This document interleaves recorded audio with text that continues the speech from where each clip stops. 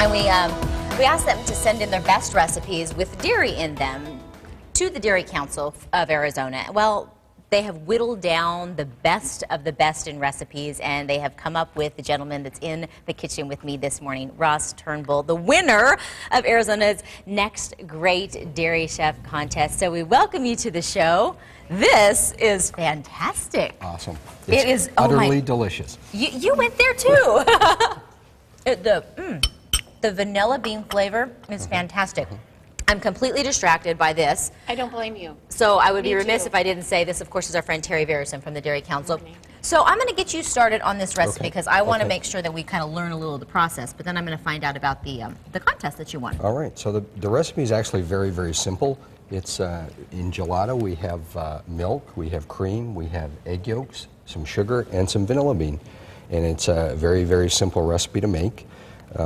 Being a chef, and I work down at the Sheraton Phoenix downtown, we actually don't make this recipe. This is a recipe of my own, but I learned to make this in Italy, and I just have a passion for food and gelato, so when I saw the contest, I thought I'd send the recipe in and lo and behold, try you it. won. And there you go. So we're just going to put this together really quickly. You've added just a little bit of milk, and how did you get the little... I've got some, so what I did was I took a Tahitian vanilla bean and I split it in half, and then I scraped it with a knife. Okay. And I infused that into the milk and the cream.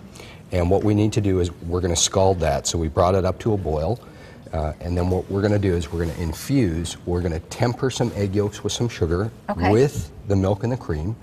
And we're going to put it back in the pot. We're going to... actually, we can get started. We're going to bring that back up to a simmer because what we're making is actually called Classica Antica, which is a classic custard from Italy, and we're just going to bring that back up so it thickens, and that's it. So tell me, what is the difference between yogurt, ice cream, and gelato? Well, yogurt actually is a low-fat skim milk product. Gelato is a low-fat version of ice cream. So super premium ice cream would be half and half and whipping cream, thickened with the same ingredients. Gelato is principally milk-based thickened with whipping cream. Okay. So you take that half and half. Take the half and half, replace it with milk instead of a lot of heavy cream, and you get gelato. Gelato tends to be much more intense in flavor because it's not churned as long as normally you would churn ice cream. I see. Now, we're bringing this up to a boil. Yep. Should we be looking for that as our kind of cue? That's kind of the cue to get going. We've got it up to a boil. We've scalded the milk and the cream. So we're just going to, what we're going to do now is we're just going to infuse a little of the hot liquid into the eggs. And we do that so the eggs don't what we call split. So we're going to just infuse some of that liquid. So you'll do it, you'll let it cool a little. Do it on the side. Don't even let it cool. This is just going to be all in one motion. And the secret to this is you don't want to have the mixture too hot because otherwise you'll have scrambled eggs. Right, which is not as good as gelato. Which is not good at all. If you add some cheese, it does take it up a notch, but it's still no match for gelato. And the amazing thing about gelato is it's so versatile. You're only limited with making gelato with your imagination. So we've brought some ingredients this morning that we can top the gelato with. We've got some French chocolate, Terry, what's your favorite? There. I think I'd be going for the raspberries and maybe some of those chocolate-covered coffee beans. Okay. She needs to... Those are absolutely delicious. I would probably go for... what is this right here? Chocolate This is a heat bar. Yeah, toffee heat bar crunch.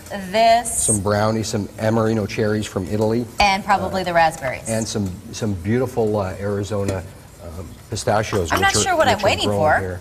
I mean, I've got my own. There you go. You can just go ahead and add some in there. Why are we talking in hypotheticals when we can talk the real deal? Let's talk about this contest and how did we kind of fare with people that submitted? What did they have? And tell me about it. June is Dairy Month all across the country, and in Arizona, we've done quite a few things to really highlight the benefits of dairy as not just an important part of a healthy diet, but also as an important part of our community.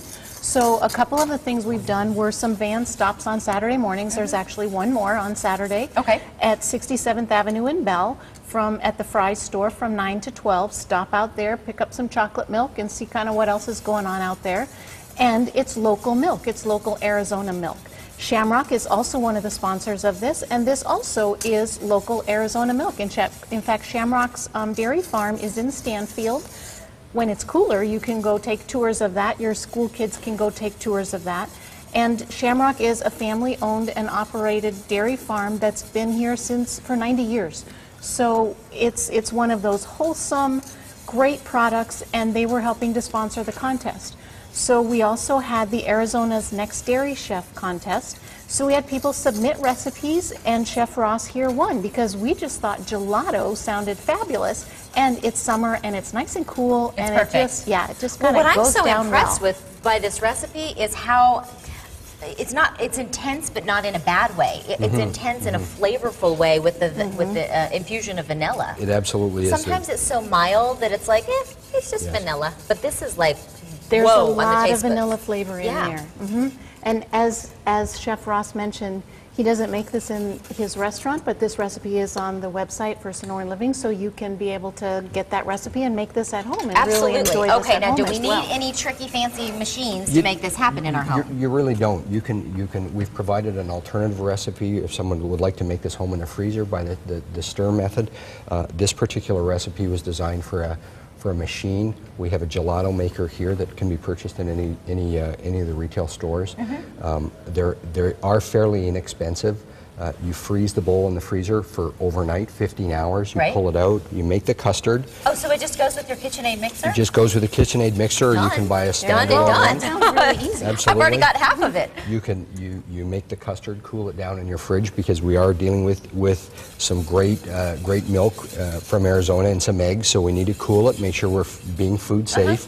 Cool a mixture down in the fridge, pull the mixture out, put it in the machine, And then and voila. Shazam! In 30 minutes, you've got utterly delicious Utterly gelato. delicious. Well, you've got the options of strawberry, chocolate, vanilla, and again, the sky's the limit. So this is going to be a good time. And it's a great way to celebrate June as Dairy Month, because why not just try all types of new different dairy flavors and different varieties that maybe you don't normally use. And if you need your milk mustache, you can always do your milk mustache Well, as you can get your recipes on your website, and of course you can Absolutely. get your milk mustache. Yes. All right. I don't know, there's something about these little mustaches that make me just happy. Yeah. All right. We're going to have the recipe, as I mentioned, on Sonoran Living. You can always get that great nutritional information on their website that you see right there on the screen, dairycouncilofaZ.org.